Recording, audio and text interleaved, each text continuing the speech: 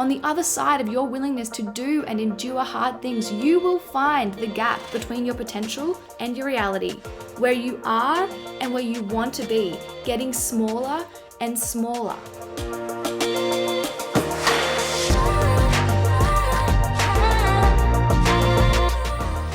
Hi, my name is Rebekah Ryburn, and welcome to episode 3 of the Rebekah Ryburn podcast, a podcast dedicated to activating you to close the gap between your potential and your reality.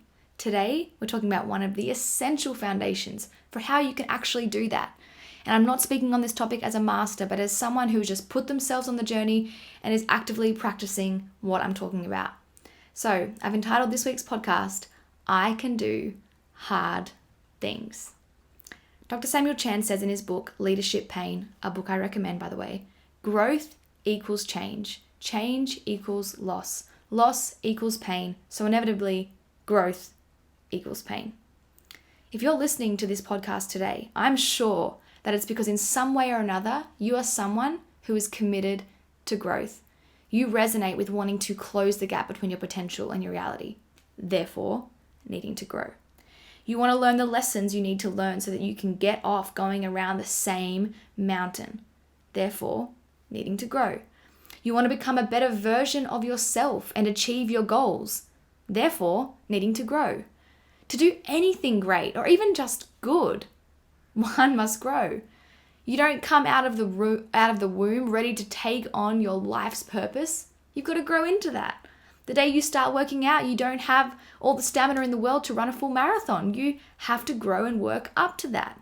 Growth is inevitable and necessary, and therefore so is pain. Hence the title of this podcast, I Can Do Hard Things. Chan says in his book as well, the difference between where you are and where you want to be is your unwillingness to endure pain. I'll say that again. The difference between where you are and where you want to be is your unwillingness to endure pain. How many times have you not done the thing that you want to do or believe you should or could do because you just know it's going to be hard? My hand is up, for sure. We do this though because our desperation or frustration for change hasn't increased to the point that we'd rather endure the pain that it will take to grow than stay where we are. But you will only grow as far as you can tolerate pain. Therefore, to grow, you need to increase your willingness to endure it, or the potential that you know you have inside of you will always remain just that, potential. Now, you're probably thinking, how is this encouraging? Well, the encouraging news is you can change your approach to pain. How you view it is how you'll do it. If you view pain as an unwelcome intruder, you will respond to it that way and most likely numb yourself to it, which in turn stops the growth and only causes pain to actualize itself through other ways. If you view pain as a tool and an indicator, you will respond to it by trying to understand the lesson it's trying to teach you. You'll allow it to indicate to you areas where something might not be quite right. Like I talked about in episode 1 in overcoming inevitable negative thoughts, the problem isn't the problem, it's how you think about it. That's the problem. Pain is only a problem if you view it as one.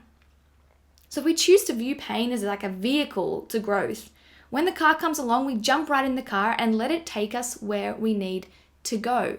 Because again, you'll only grow as far as you can tolerate pain.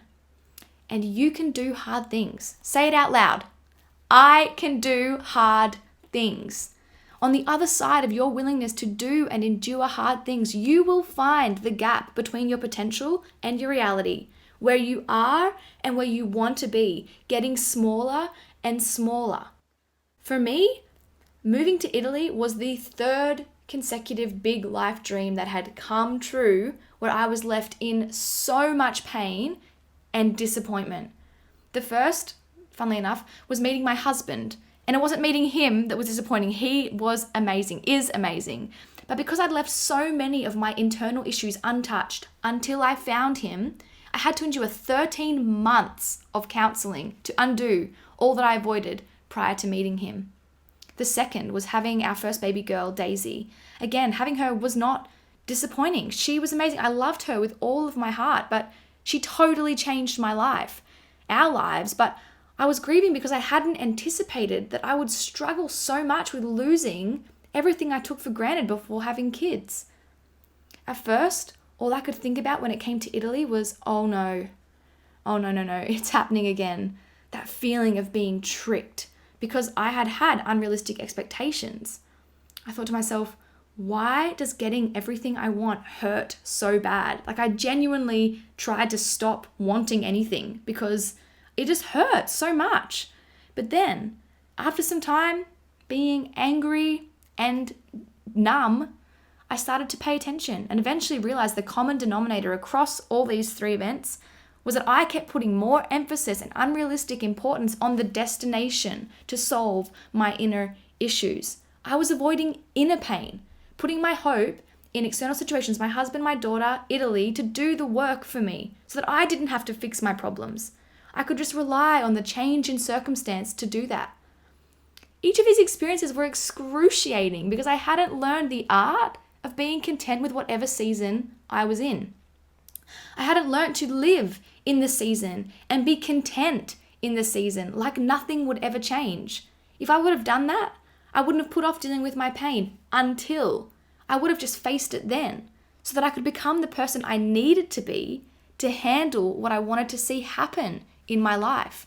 I love Italy now, but only since I stopped putting the unrealistic pressure on her to be the answer to all my problems.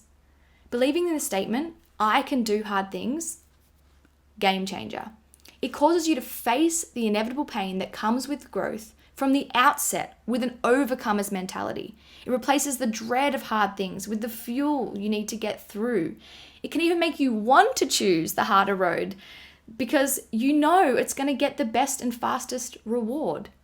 You can do hard things. You are braver than you know and more capable than you think. You can welcome pain and watch the gap between your potential and your reality, where you are versus where you want to be, start to close. Before I finish, I want to ask some questions because I never want these podcasts to just be information. I want them to be able to be practical. Because remember this, knowledge is only power if you apply the knowledge. So take some time to think about these questions. Okay, here we go. Number 1, is there something I've been saying that I want or something that I need to do that I'm only not doing because it will be hard, cause me pain or discomfort?